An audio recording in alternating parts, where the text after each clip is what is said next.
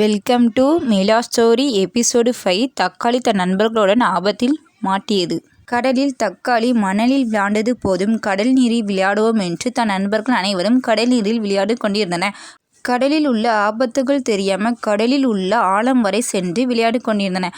கடல் அலை பெரிதாக வந்து கடலில் அவர்கள் மாட்டிக்கொண்டார்கள். தக்காளியும் தன் நண்பர்கள் அனைவரும் யாராட்டு உதவுங்கள் உதவுங்கள் என்று கத்திக்கொண்டிருந்தனர்.